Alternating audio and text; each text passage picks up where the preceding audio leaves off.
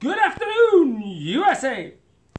Football fans, soccer fans. Bobby Cardenas coming at you from Lancaster, California, Sunday afternoon. What time is it? It's a little after 3:30, about 3:40. I didn't post anything earlier today because I was busy for the first half of my day. I was actually working. Got a new gig, started today. Weird, Father's Day. But speaking of Father's Day, happy Father's Day to my father, Robert Salvador Cardenas Sr., and all the other fathers out there. Okay? I hope you guys had a good one. I'm having a good one. Even though I had to work for a little bit, wasn't bad. Made some good money, wasn't bad.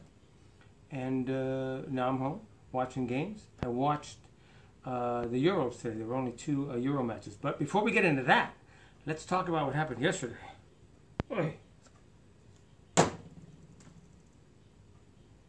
Yesterday, after I posted the video about refereeing, mostly, at that point I had watched Belgium beat Republic of Ireland. Then I went on to see Hungary and Iceland draw 1-1. And then I went on to see Portugal and Austria draw 0-0. So Ronaldo again has not come through. It's like Ibrahimovic didn't come through for Sweden.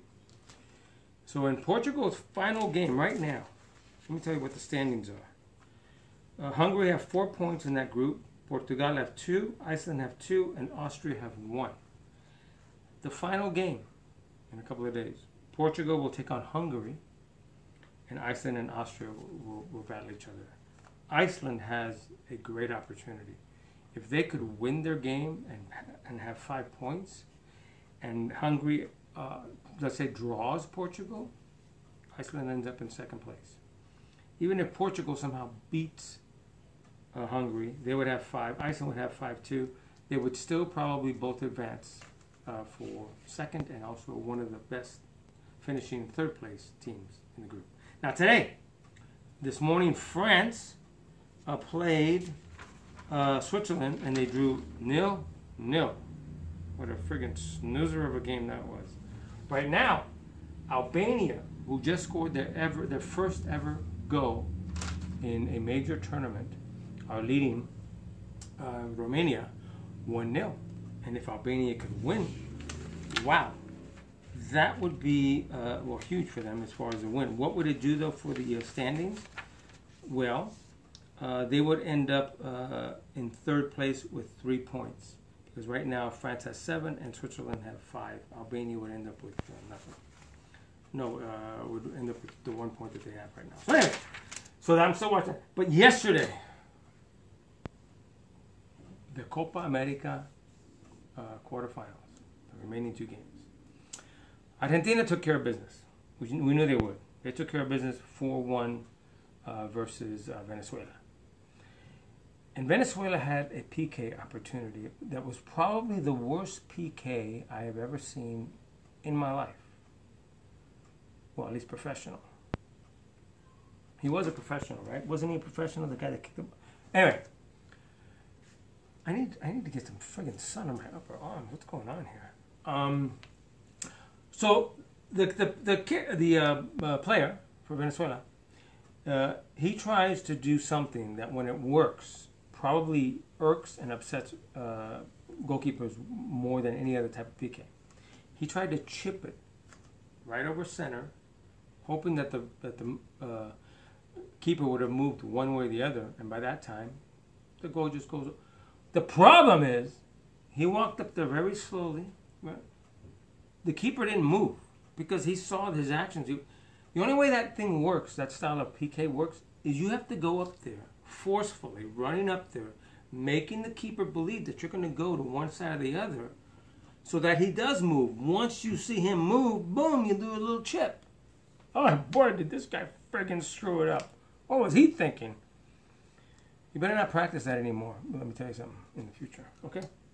Now the second, and I got these reversed yesterday. I actually told you guys that the Mexico Chile game was actually first. It wasn't. The Argentina-Venezuela game was first. Mexico played Chile afterwards. Okay. They lost to Chile 7-0. A big friggin' goose egg. Like this. I mean, like this. It's huge. Chile were up 2-0 at halftime. So, we're figuring, okay, Mexico's going to make some adjustments. They're going to come out. They're going to at least make a game of it.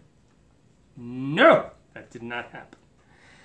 They had already scored 6 goals by the 86th minute. The 7th goal and final goal was scored in the 88th minute.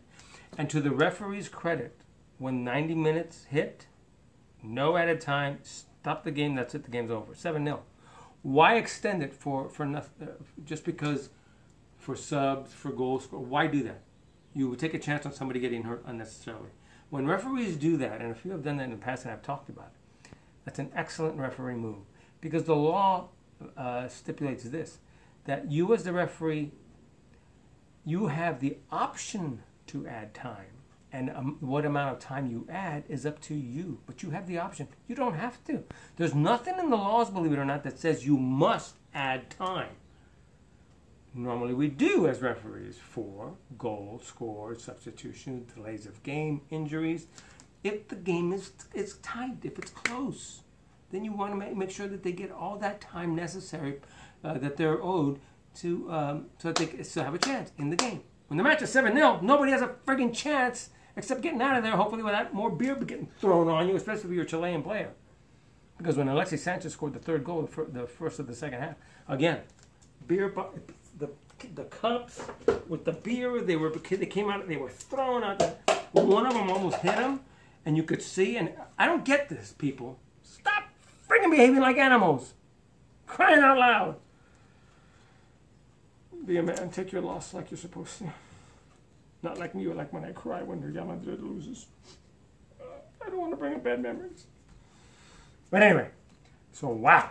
So Argentina plays Colombia Wednesday in the semifinal. And Colombia plays Chile Wednesday in the semifinal. Argentina plays USA Tuesday in the first semifinal. Wow.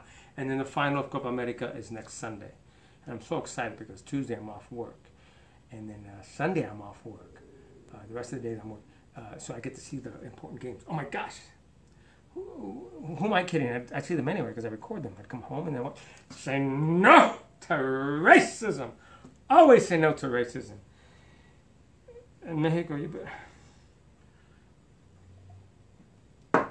I would have bet my house against anybody telling me that that's the way that game would have ended. Everybody would have bet 7-0.